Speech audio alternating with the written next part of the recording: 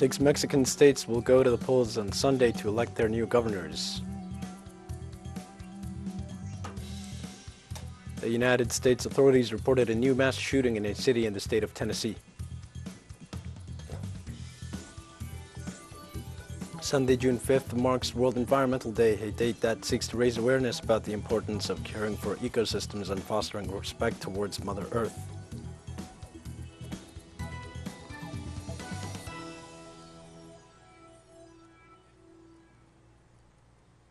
Hi, this is From the South. I am your news anchor, Diego Martin. From the teleSUR studios in Havana, we begin with the news. In Mexico, the National Electoral Institute reported that 91.1% of the polling stations were installed to elect new governors. The highest percentage is in Aguascalientes and Tamaulipas with 100%, followed by Hidalgo with 99.70%, Durango 99.02%, Quintana Roo with 98.08%, and Oaxaca 97.76%. The executive secretary of the office, Edmundo Jacobo, said that there are some incidents reported attended by federal and state authorities. Jacobo reiterated that in addition to the trends of the election results issued by quick counts and the capture of voting records in the preliminary electoral results program, the official results will be announced next Wednesday after the district counts are carried out.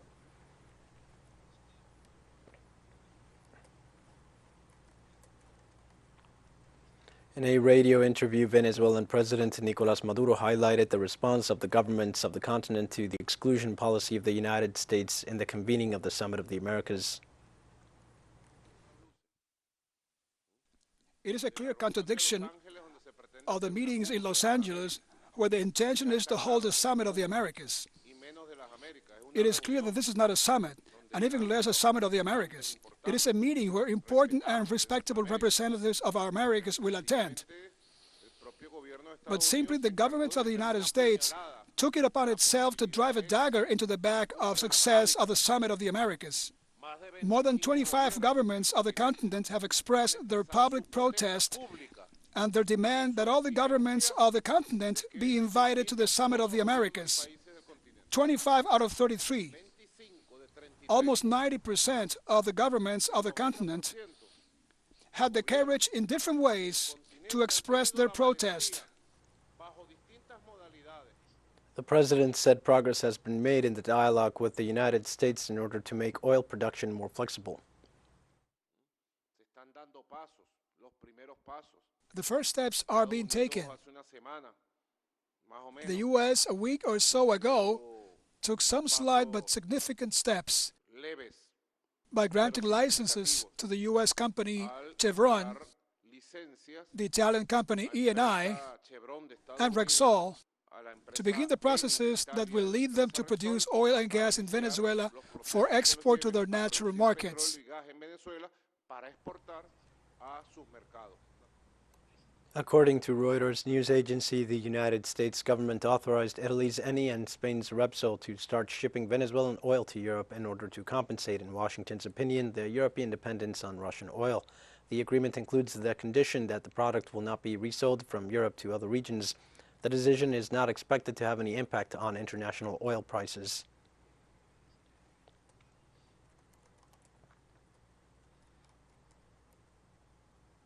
In Colombia, a recent poll showed that Gustavo Petro, the candidate for the historical pact, leads the voting intention over the presidential election set for June 19th. According to a poll made by the National Consulting Center, Petro leads the preference with 44.9%, ahead of the candidate for the League of Anti-Corruption Rulers, Rodolfo Hernandez, who would accumulate 41% of the voter intention. The study showed that Hernandez leads the preference in Antioquia, the coffee-growing region, and the Central Eastern region, with margins of 10 points over Petro, while Petro leads in the capital city of Bogotá, the Caribbean region, and the Pacific, with differences of at least 30 points over Hernandez.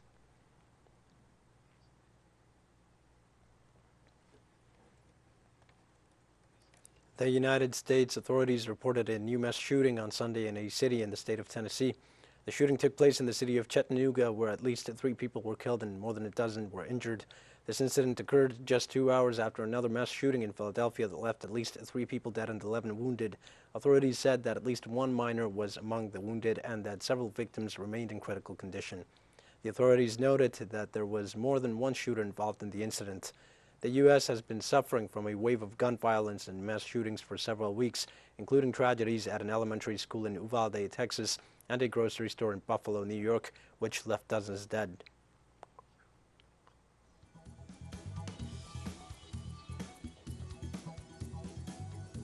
We're going to take a short break now. Please join us again after this.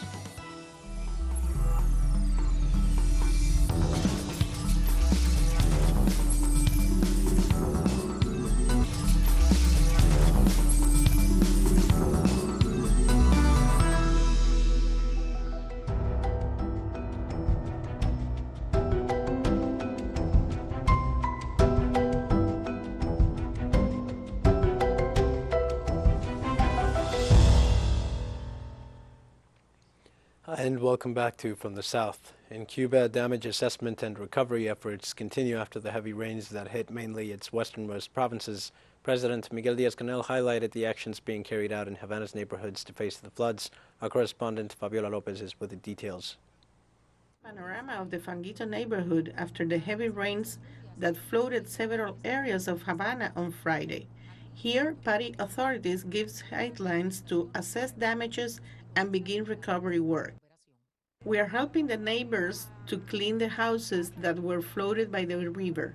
And we are also cleaning the central line that runs directly into the river. Guillermina Alberja is one of the neighbors of the Fanguito, this neighborhood in transformation, which suffered the most damage when the breakdown of a pedestrian bridge on the Almendares in a few minutes caused severe flooding in several houses along the river. Guillermina explains that her neighbors also suffered material damage. Aleida shows telesur the damage to her house.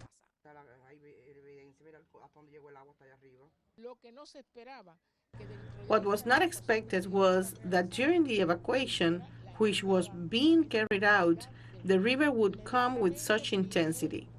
Immediately, all the authorities of the People's Council came, as well as the government and the province, concerned to see the conditions in which we were, especially in terms of health, food, and water, were guaranteed. A water pipe was brought in so that we would not be affected by the river water that had entered at that moment.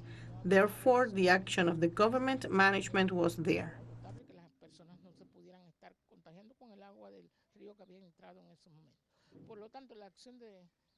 111 landslides in Havana, 2 total and 109 partial, and 91 affected electrical circuits were some of the damages caused by the heavy rains that left in the Cuban capital. 595 evacuees in 23 centers and more than 3,000 self-evacuees in homes of neighbors and relatives.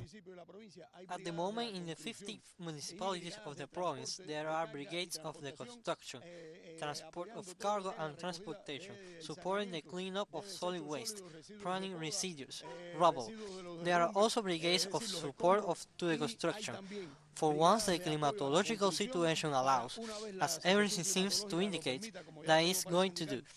So also to enter the evaluation of the damage, especially of the collapses, and to begin in the restoration of the affected houses and buildings. Experts from the Meteorological Institute warn that it may still rain in the west of the country in the afternoon and evening hours, but they say most of the rainfall from Saturday onwards will move to the center of the country. Fabiola Lopez, telesur, La Habana.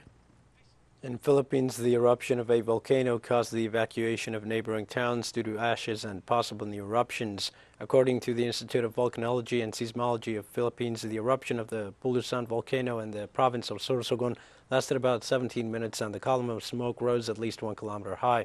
Authorities reported that level 1 of danger has been established around the crater of the volcano and created an exclusion zone with a 4-kilometer range.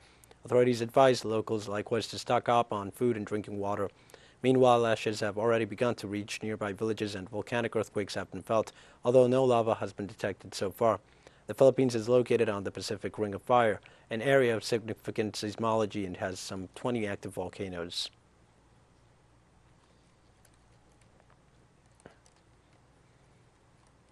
And the people of India have witnessed a burning summer heat with temperatures exceeding 47 degrees Celsius all over the country.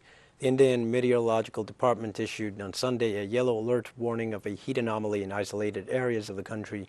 They stated that Saturday the maximum temperature was 47.1 degrees Celsius. It was recorded in the region of Mungeshpur, while the city of Pitampura recorded 46.5 degrees Celsius. Meanwhile, the Najafgarh Meteorological Station recorded 46.2 degrees Celsius. Likewise, the meteorological authorities in New Delhi detailed that the heat wave is likely to increase by 2 degrees in several areas of northwest and central India during the next 2 to 3 days.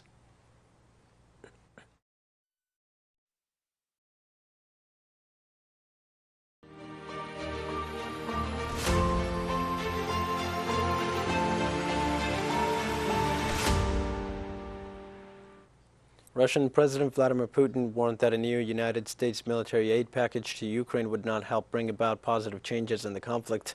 In statements to the press, the Russian president announced that the additional deliveries of weapons to Kiev have only one goal: to extend the conflict on the Ukrainian territory. In view of this fact, he warned that in the event that Ukraine receives long-range missiles from the U.S., Moscow will take the appropriate conclusions and will use its means of destruction to hit the facilities that they have avoided to attack up so far.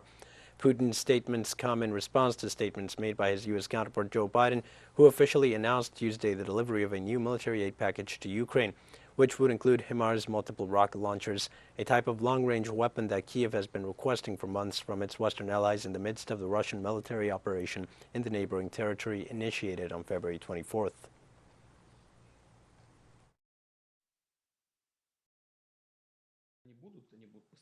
If they supply the long-range missiles to Ukraine, we will draw the appropriate conclusions and use our weapons, of which we have enough, to strike targets we haven't yet hit. All this kerfuffle around additional arms deliveries serves only one goal: to prolong the armed conflict as long as possible. In France, authorities confirmed that negotiations are underway with the United Arab Emirates to replace oil imports from Russia. The information was confirmed by France's Economy Minister Bruno Le Maire, who also reported that these negotiations are being carried out as part of the Western embargo against the Eurasian nation. The head of the economy portfolio also declared that his country must find an energy alternative to Russian oil as part of a policy of independence regarding President Vladimir Putin's resources. The European Union agreed last May 30th a progressive embargo on Russian oil transported by ship to the Union, with the intention of avoiding the veto of Hungary, which receives it directly by pipeline.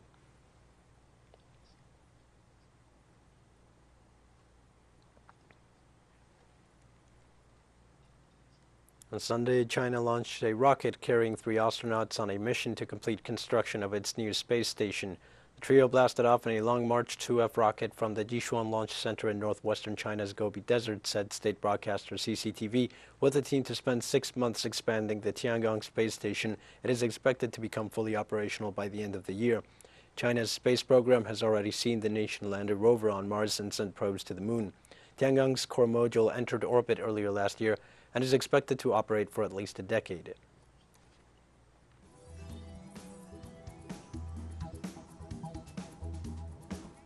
We have more news coming up after a final short break. Please stay with us.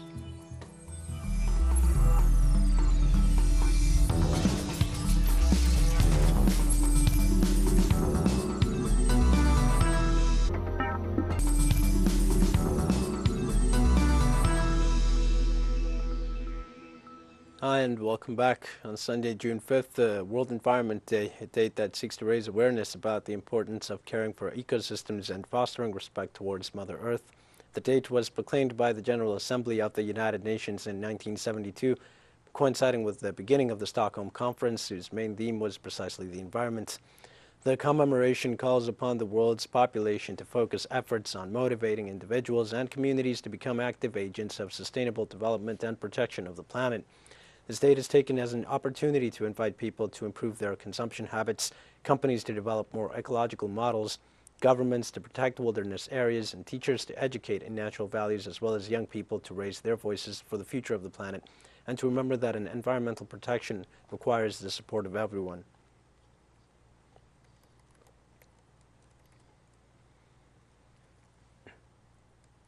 Al-Mayadeen reported that Israeli settlers stormed the Al-Aqsa Mosque under heavy security measures by the occupation forces. It was also reported that they closed the doors of the mosque to worshippers inside it with chains to secure the settlers' incursions.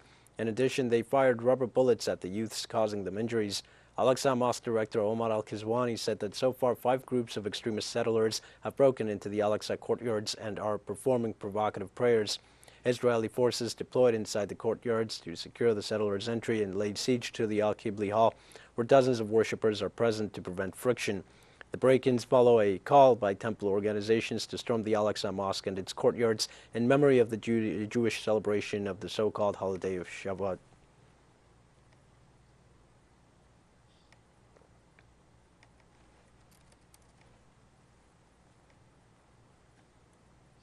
The Batwa, the name by which the so-called pygmies are known in Rwanda and Burundi, have made significant progress in recent years, but they remain a vulnerable population as they are exposed to multiple precariousness due to the lack of resources, services, and opportunities.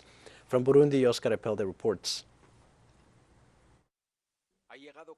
Arrived on her own amid strong constructions and immediately gave birth to a baby, her second daughter. I brought health care to local women. If this new health center did not exist, she would have had to walk several kilometers as she did for her first pregnancy. Children and their mothers receive free service. Also, she wouldn't have had the money to pay for the service. She told us that she has very few properties, works as a day laborer on other people's land, and is paid less than $0.50 a day. Weighs 2,600 kilograms. The health center has electricity thanks to an NGO that has installed solar panels on the roof. The electricity network does not reach the hill, and the center was on the verge of ruin because of the price of diesel. This entire mother and child center is really the fruit of solidarity. 6 nurses attend to 3 or sometimes 5 births per day, in addition to about 20 outpatients. The most common diseases, paludism and other parasites, do not get children when the health service is guaranteed and when the medicines prescribed are dispensed free of charge to those who cannot afford them. The promoter of the center is a priest, a native of this hill, where he grew up using banana leaves as notebooks. He is currently director of the University of Gozi after living in Spain for 20 years. He is still experiencing great difficulties in sustaining the management of the center, but is amazed at the strength of solidarity. When something good is done, there are always forces of love that are there to support, to sustain. That's great.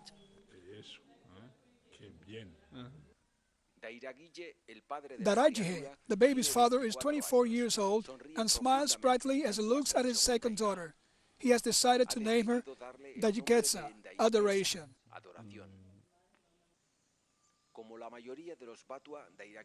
Like most Vatwa, Darajhe works as a day laborer on other people's crops because he has no land of his own. Since he has to buy food for his mother and family, he is unable to save money to lease the so-called communal land. After 2 nights of observation at the center since Dayiketsa's birth, Dancile, his mother, and her 20-year-old sister, who has come to help her, are returning home. The center is located in the Badva neighborhood, a little apart from the others. The women of the clan told us that the Badwa who had lands were stolen from them because they were a marginalized community with no rights. They also told us that the things are better now because the children go to school and the women have access to health care. According to baby Dayiketsa's grandmother, before, if they touched a container at the health center, for example, no one would touch it again. However, she says, the situation improved and now they feel like everyone else, but they need support because they don't have a social security card, for example. Dayiketsa's mother shows us her house, a simple house made of sugarcane and adobe that was built a year ago, but they still have not been able to cover the entire roof. We asked her about her dreams. She has many. She says she wants to evolve, but does not know how she will be able to do it.